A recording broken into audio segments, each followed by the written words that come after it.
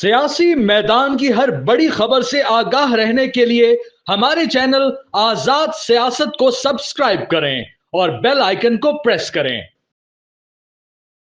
بسم اللہ الرحمن الرحیم۔ السلام علیکم، میں ہوں ملیحہ خان اور آپ دیکھ رہے ہیں آزاد سیاست۔ کچھ دن سے شہباز گل کے بارے میں کافی زیادہ خبریں سننے میں آ رہی تھیں اور اب یہ بھی کہا جا رہا ہے کہ شاید ان کو پارٹی سے نکالا جا رہا ہے۔ تو ان کو پارٹی سے نکالنے میں ان کی اپنی پارٹی کا کتنا ہاتھ ہے اور کیا وہ سارے متحد ہو کے ان کو پارٹی سے نکالنا چاہ رہے ہیں، اس پہ بات کریں گے۔ اس کے علاوہ یہ کہ فیصل واڈا نے دعویٰ کیا ہے کہ 27ویں آئینی ترمیم جو ہے وہ شاید منظور ہونے جا رہی ہے کچھ ٹائم کے بعد۔ واقعی منظور ہونے جا رہی ہے، اور اگر ہونے جا رہی ہے تو کن ایشوز کی بنا پر اس کو منظور کیا جائے گا۔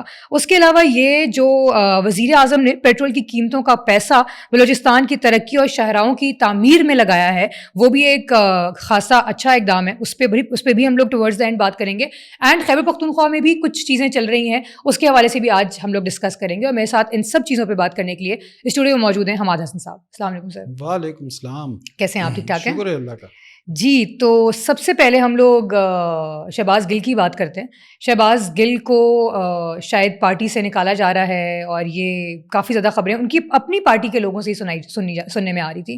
اور اس سے پہلے اگر ہم لوگ دیکھیں تو آپ نے کچھ ایک ہفتہ پہلے بات کہی بھی تھی یہ والی کہ شہباز گل ٹائپ کے جتنے بھی لوگ ہیں ان سب کو نکال دیا جائے گا پارٹی سے۔ اور اس کے بعد شہباز گل نے وہ ہمارا جو کلپ تھا آپ کا اسپیسیفکلی کلپ اپنے ولاگ میں چلایا اور آپ کو ٹاؤٹ بولا اور یہ سب کچھ کیا۔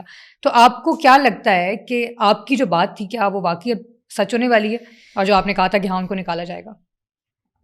دیکھیں ملیحہ، ایک ہفتہ پہلے آپ کے ساتھ شو میں نے کہا تھا کہ شہباز گل کو اور اس طرح کے لوگوں کو بعد میں، لیکن پہلے شہباز گل کو پارٹی سے نکالنے کے امکانات ہیں، یہ بات ہم نے کی۔ دوسرے دن شہباز گل نے اپنے ولاگ میں مجھے اسٹیبلشمنٹ کا ٹاؤٹ بھی کہا، وہ ویڈیو بھی چلا دی۔ تو بھائی ہمیں ٹاؤٹ کہنے کی بجائے آپ پوچھ لینا اپنے لیڈر سے کہ وہ کیوں آپ کو نکال رہے ہیں۔ ہم تو آپ کو نہیں نکال رہے ہیں، ہم تو صحافی ہیں، ہم تو خبر کے پیچھے بھاگیں گے۔ پہلے سے کوئی خبر ہاتھ لگے تو اس خبر کو ناظرین تک پہنچائیں گے، ہمارا تو کام یہی ہے، ہمارا پروفیشن یہی ہے۔ آپ کا پروفیشن یہ ہے کہ سوال پوچھیں، میرا پروفیشن یہ ہے کہ میں آپ کو جو میرے پاس انفارمیشن ہو وہ آپ کے ذریعے لوگوں تک پہنچاؤں۔ ہم نے خبر پہنچا دی، آپ نے ہمیں ٹاؤٹ کا خطاب دے دیا۔ اب کل سے میڈیا پر بات ہو رہی ہے کہ عمران خان نے بیرسٹر گوہر اور دوسری لیڈروں سے کہا کہ دفع کرے شہباز گل کو، اس کو نکال دے۔ اور ان لیڈروں نے عمران خان کو، پارٹی کے بہت سارے رہنماؤں نے عمران خان کو بریفنگ میں کہا کہ ہمارے لیے بھی مسائل پیدا کر رہے ہیں، ورکروں کے لیے بھی، آپ کے لیے بھی، تمام پارٹی کے لیے بھی۔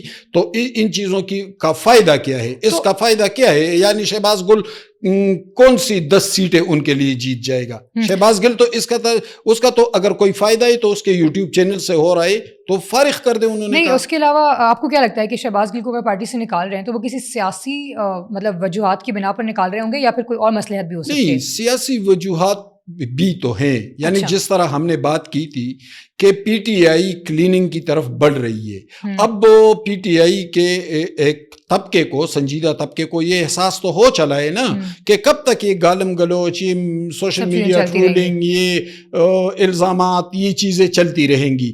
اب اس سے پارٹی کو ڈسٹنس کرنا چاہیے، اور ظاہر ہے کہ جب ڈسٹنس کرنے کے عمل کی طرف بڑھیں گے تو پہلے تو شہباز گل کو اور عمران ریاض کو اور محیط پیرزادہ ان لوگوں کو ڈسٹنس کریں گے نا۔ سب سے زیادہ گن تو ان لوگوں نے پھیلایا۔ تو جب ہم بات کرتے ہیں تو پھر گل صاحب کہتے ہیں کہ یہ اسٹیبلشمنٹ کے ٹاؤٹ ہے۔ بھئی ہم ٹاؤٹ نہیں ہے، آپ نے کردار ایسا ادا کیا کہ آپ کی اپنی پارٹی آپ کو دھتکار رہی ہے، آپ کو نکال رہی ہے۔ ابھی تک فائنل نہیں ہوئی ویسے، لیکن دیکھتے ہیں کہ کیا فائنل ہوتا ہے۔ خبریں آ رہی ہیں، ہاں کل پرسوں تک فائنل تو ہو ہی جائے گا ظاہر ہے۔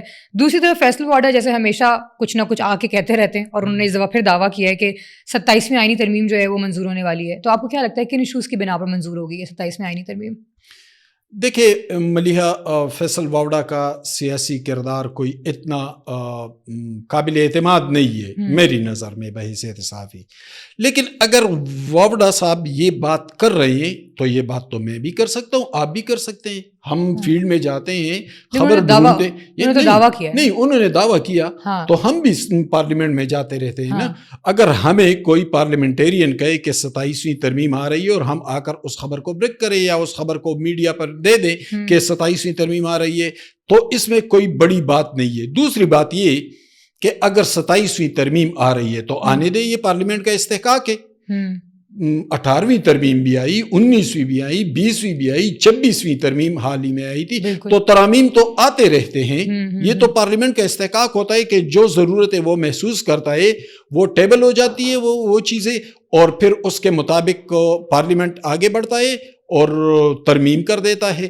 تو اگر ایسی کوئی ترمیم آئی, پارلیمنٹ کو جو حکومتی جماعتیں ہیں ان کے پاس اکثریت موجود ہو, تو یہ ان کا استحقاق ہے کہ وہ اس پارلیمنٹ کو اس ترمیم کو منظور کرے, اور پھر وہ قومی اسمبلی سے سینٹ میں جاتا ہے. سینٹ کے بعد پریزیڈنٹ کی منظوری کے لیے. اسپیسیفکلی آپ کو کیا لگتا ہے, مطلب آپ کے پاس کیا خبر ہے کہ کن ایشوز کی وجہ سے ہو سکتا ہے؟ اب چونکہ یہ خبر تو ظاہر ہے, وہ تو جب اس کا ڈرافٹ سامنے آئے گا تو پھر اس کے مطابق پتہ چلے گا کہ کن ایشوز کو ایڈریس کیا گیا ہے, کون سے اہم ایشوز ہیں جس پر ترمیم لانا چاہتے ہیں. ابھی تو اس کا کوئی ڈرافٹ بھی نہیں بنا ہے, کوئی مشاورت بھی نہیں ہوئی ہے. یہ تو چونکہ فیصل واوڈا سینٹ کے ممبر ہیں, وہاں پر شاید ان کی کسی سے بات ہوئی ہو, اور 27ویں ترمیم آج نہیں تو کل ہی آئے گی نا. 27ویں بھی, 28ویں بھی, 29ویں بھی, 30ویں بھی, یہ ترامیم تو آتے رہتے ہیں وقت کے ساتھ ساتھ. اس میں کوئی بڑی بریکنگ نہیں ہے. اب دیکھیں گے جب ڈرافٹ سامنے آئے گا, ہم دیکھیں گے کہ ان میں سے کون سے ایشوز کو ایڈریس کیا گیا ہے. ٹھیک ہو گیا.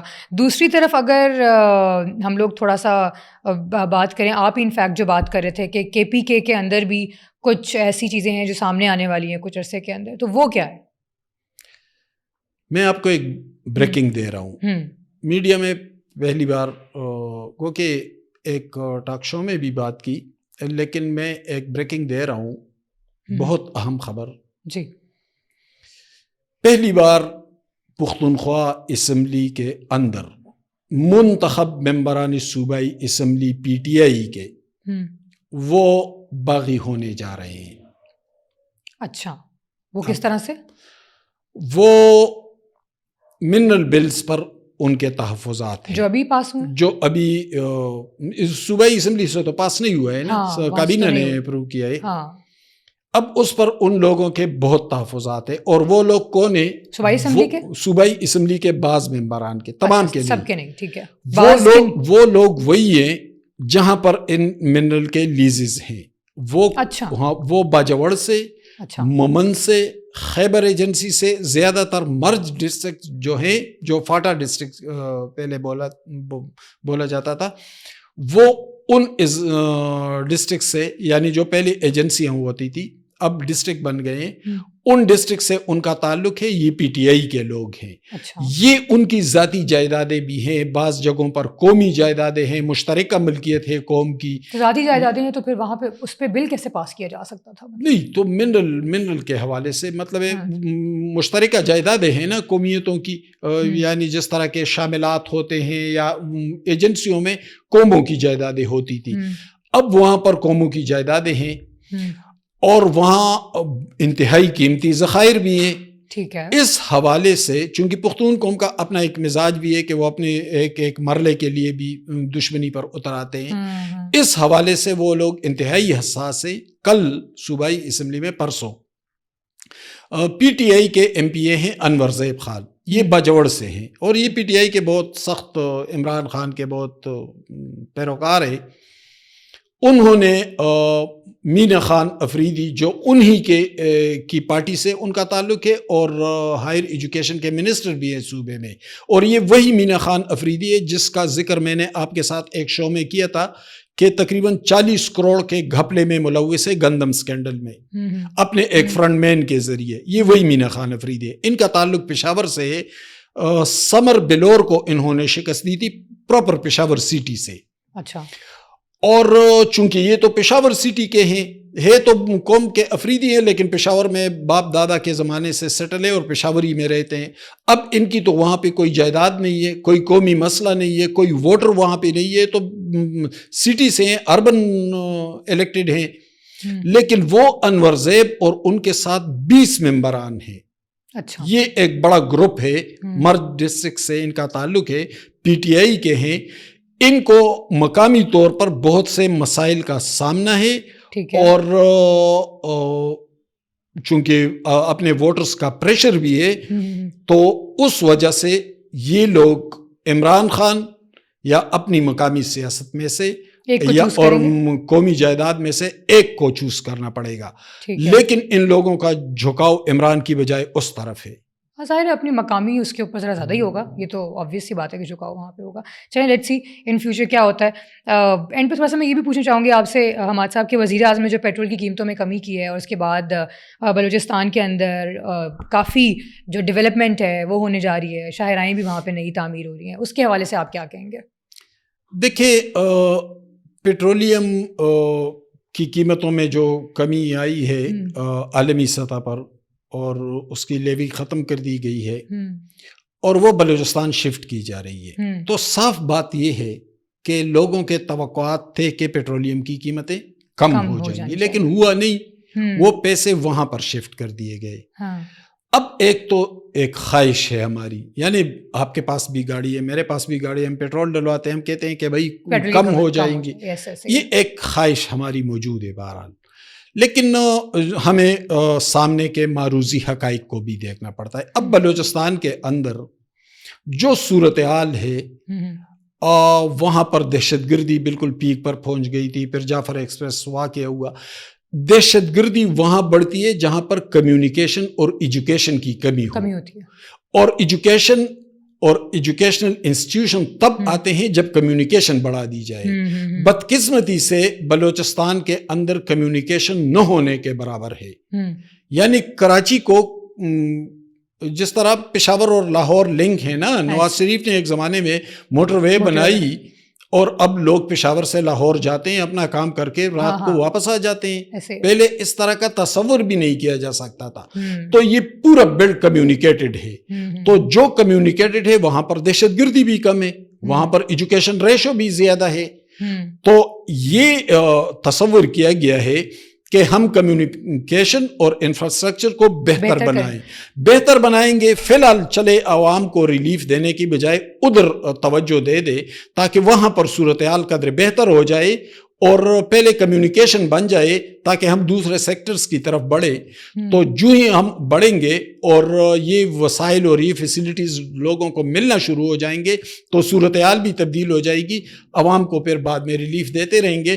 تو گو کہ ایک مطلب بلوچستان کی ایسا فیصلہ ہے جو بلوچستان کے لیے بہتر ہوگا. اوبویسلی بلوچستان کے لیے تو یقیناً بہتر ہوگا. بلوچستان کے لوگوں کے لیے تو انتہائی, اب دیکھیں نا, کراچی, خوزدار, کوئٹہ, چاغی تک یہ سارا موٹر وے پر آ جائے اور لوگ آسانی کے ساتھ کراچی جیسے انٹرنیشنل سٹی میں جائیں, وہاں سے اپنے گھر آئے, تو کمیونیکیشن کے ساتھ سائیکی تبدیل ہو جاتی ہے, ذہن تبدیل ہو جاتے ہیں, ایجوکیشن آ جاتی ہے, فیسلٹیز آ جاتے ہیں. تو جب یہ چیزیں آ جاتی ہیں نا, اب دیکھیں نا, آپ پشاور سے روانہ ہو جاتے ہیں تو نوشہرہ, مردان, سوابی, پھر اٹک, پنڈی, آگے جہلم, گجرانوالہ, گجرات, یہ یہاں سے آپ گزر کر لاہور جاتے ہیں. اب یہ علاقے پرسکون ہے نا, اس لیے پرسکون ہے کہ یہاں پر فیسلٹیز ہے, ایجوکیشن ہے. اسی طرح وہ منصوبہ ہے, تو گو کہ لوگوں کے توقعات اپنے ریلیف کے حوالے سے تھے, لیکن ریلیف کو زیادہ ضرورت مند جگہوں پر شفٹ کر دیا جا رہا ہے, چونکہ صورتحال وہاں پر زیادہ بہتر نہیں ہے, تو اس کو بہتر بنانے کے لیے کیا جا رہا ہے. چلیں لیٹس سی, دیکھتے ہیں کیا ہوتا ہے. واقعی جو کہا گیا ہے ویسا ہوتا بھی ہے یا نہیں ہوتا. باقی پوڈ کاسٹ کا وہ ختم ہوا ہے. اپنا بہت سارا خیال رکھیے گا. مجھے اجازت دیں. اللہ حافظ.